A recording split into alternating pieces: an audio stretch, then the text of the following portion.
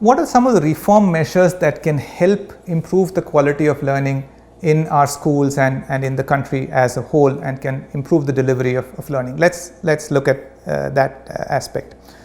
So I'm going to talk about 3 ideas here, and 2 of them we will be expanding because we have sessions on those topics, but the first one which I'll only be talking about here is what we call the science of learning and educational research and research on how children learn. I'm going to go back to the concept we discussed in the beginning, which is the technical paradigm and the administrative paradigm. So we discussed that the focus has tended to be on administrative and governance issues and less on technical issues like how do children learn, are there curriculum issues, what is the best way to train teachers, how are children able to read, how do they learn to read, why do we have children not being able to read. So these are aspects that kind of go into learning and understand why learning is happening or not happening and what could be the possible reasons for that, and then to take very specific steps based on that.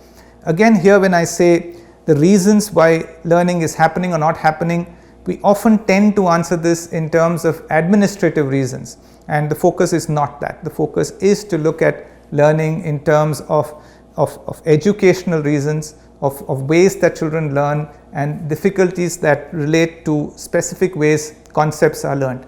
For example, if you talk at the lower levels, in the lower grades, concepts like reading and writing, what is it that comes in the way of children developing them? And you find reasons. I mean, a lot of research has been done on this, both internationally and to some extent in India, where you look at children's exposure to language, children's exposure to books, even to picture books at an early stage. So research like this, which looks into the specific learning gaps that we have, is critical.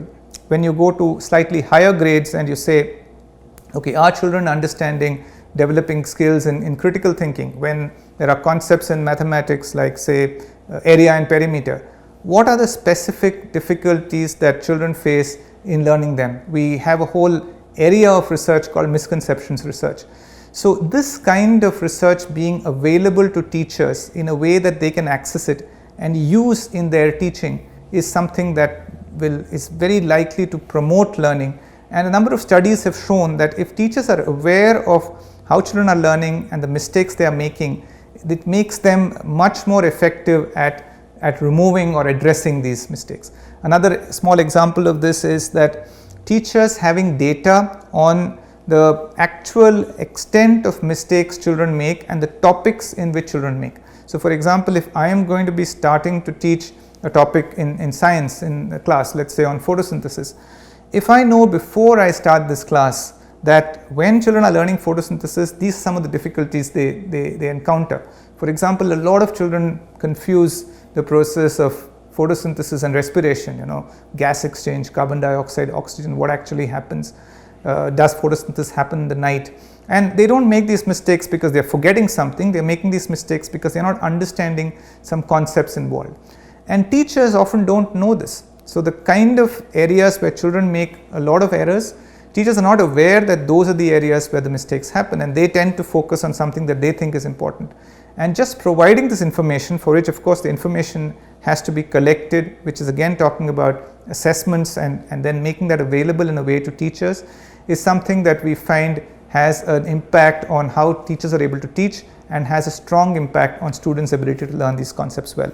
So the first concept literally is investing in educational research, in creating the science of learning and making this information available to teachers. This is typically something that can be done at a central level or at a state level. Someone would argue that this is what the NCERT and the State Councils of Educational Research and Training, the SCRTs, are supposed to be doing, but they need to be supported, they need to be resourced, and they also need to be given this mandate and this task that doing this kind of educational research and making it available to teachers is critical. So this is the first one. The second one, which as I mentioned we will talk in more detail later, so I'll just mention briefly here, is assessment reforms. So assessment reforms are where you are able to show what is the level of learning that is happening, but you're also able to work on the kind of questions being asked in exams. So if in case children are not understanding something, but the questions in your exams are such that it does not capture that at all, and even if a child did not understand the concept, they would score well in that particular exam, that is an example of an assessment which, like I said, encourages and increases rote learning but does not help develop the kind of learning in children. So assessment reforms involves, one, doing these assessments and sharing these results with teachers so people know where we stand. Even assessments like PISA that we mentioned, which is an international assessment, one of the reasons why it has been found to be effective in countries that use them seriously is that it simply shows them that students in this other country are learning quite well and are able to make these things, and then that kind of drives reform. So that's one part of assessment reforms. We say that it simply makes the problem visible, and then people are able to act on it. We'll talk more about that under assessments. A second area that I want to mention again briefly here is the use of technology. Technology can be used in multiple ways. It's not only in the classroom or only to support teachers or only for collecting data on learning. But the fact is that if you go back to a pre-technology era, if you go back 30 or 40 years and you say, okay, I now need to improve the quality of learning in my schools across the country, you would find that many of the tools that would be available with technology are simply not available.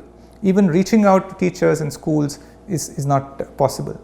With technology, a lot of these things are possible, and you're not only able to reach out, but you're able to collect data, you're able to share data easily. So we talked about assessments. Assessment data being shared easily is possible only when technology is used effectively. And then of course, when it comes to student learning, identifying the kind of mistakes that children are making and helping resolve them is something that happens best when we are able to use technology for the purpose. So essentially what we see is that if we are able to take some of these steps, and this is just a sample list, we do have a larger set of regulations, some of which are administrative in nature, but these are some of the most important changes that could happen at a policy level that would help improve the quality of learning in our schools.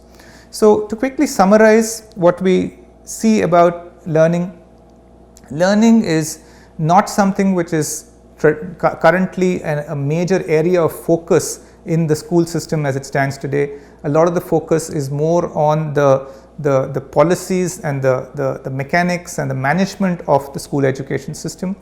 But if in case we are able to do that, where we actually measure learning and focus on learning by doing appropriate research, we talked about the science of learning, moving away from rote learning, especially in our board exams, and supporting teachers with these kinds of insights that can help them on a day-to-day basis in the class.